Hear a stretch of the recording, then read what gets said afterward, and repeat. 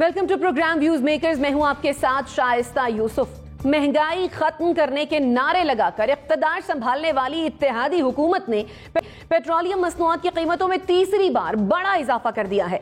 Petrol की कीमत में 24 रुपए फी लीटर और डीजल की कीमत में 59.16 रुपए इजाफा किया गया है। नए इजाफे के बाद पेट्रोल 233.89, कमोबेश 234 रुपए और डीजल 263.31 रुपए फी लीटर हो गया है। मौजूदा हुकूमत ने गुज़श्ता 20 दिनों में पेट्रोल की कीमत में 84 और डीजल की कीमत में 119 रुपए का इजाफा कर दिया है। अब सवाल यह है कि क्या हुकूमत को सख्त फैसलों के नतीजे में सियासी नुकसान हो सकता है। इस पर डिस्कशन के लिए जो मेहमान हमारे साथ मौजूद हैं, तारुफ मैं आपसे करवा देती हूँ। हम क्या है, नासिर बेग चुगताई साहब ने, ब्रिगेडियर रिटायर्ड हारिस नवाज साहब हमारे साथ मौजूद हैं, नसीम सिद्दीकी साहब ने हमें ज्वाइन किया है और हमें ज्वाइन किया है मुजम्मल सोहरवर्दी साहब ने भी। आप तमाम मेहमानों के वक्त का बेहद शुक्रिया। एनबीसी आपकी जानिब आऊंगी। सवाल तो खैर क्या ही होगा, दुख है ये उन्हीं लोगों की हुकूमत है जिन्होंने महंगाई मार्च किया था और ये वही लोग हैं जो कि पिछली हुकूमती जमात को पीटीआई नहीं बल्कि पीटीआईएमएफ कहते थे। अब जब ये आए हैं तो महंगाई क्या खाक कम करनी थी, पेट्रोल की कीमत तीसरी मर्तबा बढ़ा दिया। हाँ, बहुत खतरनाक सूरत हाल है। अब आवाम पर जो दबाव आया है, क़ुव्वत ख़रीद तो उनकी पहले ख़त्म हो चुकी थी। अब जो दबाव आया है उन पर वो बहुत ज़्यादा दबाव है और वो नाक़ाबिल बर्दाश्त है। अब मुझे लगता ये है कि लोग एक गाड़ी में 4 आदमी बैठ कर जाया करेंगे या एक बाइक पे 3 आदमी बैठेंगे और पेट्रोल में शेयर करेंगे। ये सब कुछ सूरत हाल है। अब यकीनी तौर पर कोई इसको पसंद नहीं करता, कोई इसको इसका खैर मकदम नहीं कर सकता। हत्ता कि वो लोग जिन्होंने कल ऐलान किया वो भी कल माज़रत ख़ाना अंदाज उन्हें इख्तियार किया और कई बार माज़रत करने के बाद उन्होंने इसका अनाउंसमेंट किया। उनको अंदाज़ा है कि इसकी सियासी कीमत क्या है, लेकिन सियासी कीमत और कौमी यकजहती की कीमत, जब कुछ चीज़ें ऐसी होती हैं जिन पर आपको गौर करना होता है। जब आपने हुकूमत ली है तो फिर आपको वो इक़दामात करने हैं जो मुल्क को करेक्टिव मेजर पर ले जाएं। बिल्कुल मुझे पता है कि मैं जो बात कर रहा हूँ वो अनपॉपुलर मौक़िफ़ होगा, एक गैर मकबूल ऐसा होगा जिस पर लोग तनकीद करेंगे।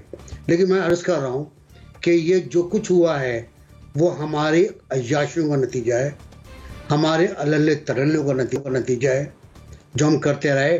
हम बरसों तक कर्ज़े खाते रहे, कर्ज़े लेते रहे। 3.5 साल के कर्ज़े ग़ालिबन 76% हैं शौकत तरीन के मुताबिक टोटल कर्ज़ों के। और उन कर्ज़ों से हमने कोई ऐसा मेगा प्रोजेक्ट नहीं लगाया जो फौरी प्रोटेक्शन दे सके, जो आपको कौमी आमदनी में इजाफा दे सके, जो आपको आमदनी इनकम दे सके। आप सिर्फ खर्च करते गए और किस्तें अदा करते गए कर्ज़ों की, तो कंगाल होते गए, कल्लाश होते गए, हमारे पास कुछ बचा नहीं। और जब सबको कुछ बचा नहीं तो हमने देखा कि सूरत हाल क्या है। मालूम है जो चीज़ 10 रुपए की है वो हम बेच रहे हैं 6 रुपए में। तो वहाँ एक मसला आ गया कि किस तरह ख़त्म किया जाए और उन्हें ख़त्म करना पड़ा उनको। और अभी तो मैं आपको ये अर्ज़ कर रहा हूँ कि IMF का जो आपका मुआहदा है उसको उठा के देख लें। मैं कोई दावा नहीं कर रहा हूँ, उसको उठा के पढ़ लें। आपको लेवी भी लगानी है, आपको सेल्स टैक्स भी लगाना है, और इन्होंने नहीं लगाया है अभी, शायद रुक गया डर के मारे ये, लेकिन ये लगाना है आपको उनके मुआहदे के मुताबिक, वरना आपको पैसे नहीं मिलेंगे। और पैसे अगर IMF नहीं देगी आपको तो आप कहाँ से लेंगे पैसे उसके बाद, क्योंकि उसके बाद तमाम दरवाजे आपके, मैंने कल भी कहा था, बंद हो जाते हैं और आज कंफर्म भी हुआ ये बात कि तमाम दरवाजे आपके बंद हो जाते हैं कर्ज लेने के। मेरी अर्ज़ ये है कि ये जो हुकूमत कर रही है इसका बहुत बुरा असर पड़ेगा मईशत पर भी, और महंगाई तो खैर कहाँ से कहाँ पहुँच जाएगी। क्योंकि डीजल की कीमत में इजाफा किया है ना, डीजल की कीमत में इजाफा करने के बाद सब्जी, टिंडे, आलू, लौकी, टमाटर, ये जो मंडी से सब्जी मंडी आते हैं, खेत से सब्जी मंडी आते हैं, ये महंगे होने ही होने। ट्रांसपोर्ट के चार्ज बढ़ जाएंगे, किराए बढ़ जाएंगे, हर चीज़ की चीज़ें बढ़ जाएंगी कीमतें। तो इसके लिए क्या मंसूबा, अगला मंसूबा क्या है? आप तनकीद कर सकते हैं, आप एक दूसरे को बुला भला कर सकते हैं, आप ये कह सकते हैं कि तूने गद्दारी की है, आप ये कह सकते हैं तो गद्दारी करके आया है। ये मसले का हल नहीं है।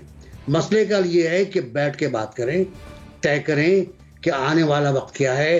हिंदुस्तान ने बहुत बुरा वक्त देखा। हिंदुस्तान ने एक गाड़ी चलाई 25 से 30 साल तक, मारुति, उसी में प्रेसिडेंट भी गया, उसी में प्राइम मिनिस्टर भी गया। हमारे यहाँ गाड़ियां देख लें आप, अभी तक बंद नहीं की उनकी इंपोर्ट, वो भी कुछ दिनों के लिए शायद बंद होगी। वो मुझे पता है नहीं बंद कर पाएंगे। ये वो चीजें बंद ही नहीं कर पाएंगे जो पाकिस्तान में नहीं आनी चाहिए, बरसों तक नहीं आनी चाहिए। सही। नसीम सिद्दीकी साहब, कल सारा दिन ये खबरें गर्दिश करती रही कि पेट्रोल की कीमत बढ़ेगी, पेट्रोल की कीमत नहीं बढ़ेगी। इधर पता चला कि शहबाज शरीफ साहब, वजीर आजम साहब ने पेट्रोल की कीमत में इजाफे की समरी मुस्तरद कर दी है। उधर मिफ्ता इस्माइल साहब पहुंच गए प्रेस कॉन्फ्रेंस करने के लिए और पेट्रोल की कीमतें अचानक से बढ़ गई। बिलावल भुट्टो जरदारी जब हुकूमत में नहीं थे तो उनका कहना यह था कि वो IMF से रीनिगोशिएट करेंगे, तो कहां गई वो रीनिगोशिएशन?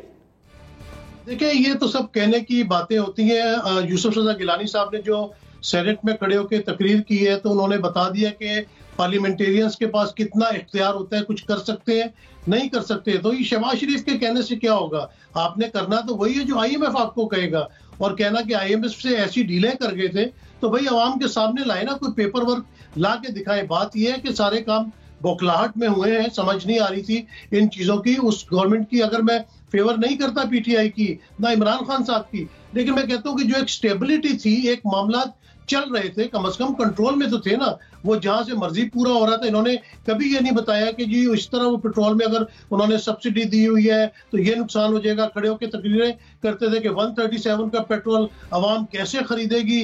बिलावल भुट्टो जरदारी साहब ने तो महंगाई मार्च की थी। उसके बाद जब से वो वजीर खारजा बने तो वो उड़े उड़े फिर रहे हैं, उनको जहाज मिल गया और वो जहाज लेके निकल जाते हैं, कभी कहीं कभी कहीं।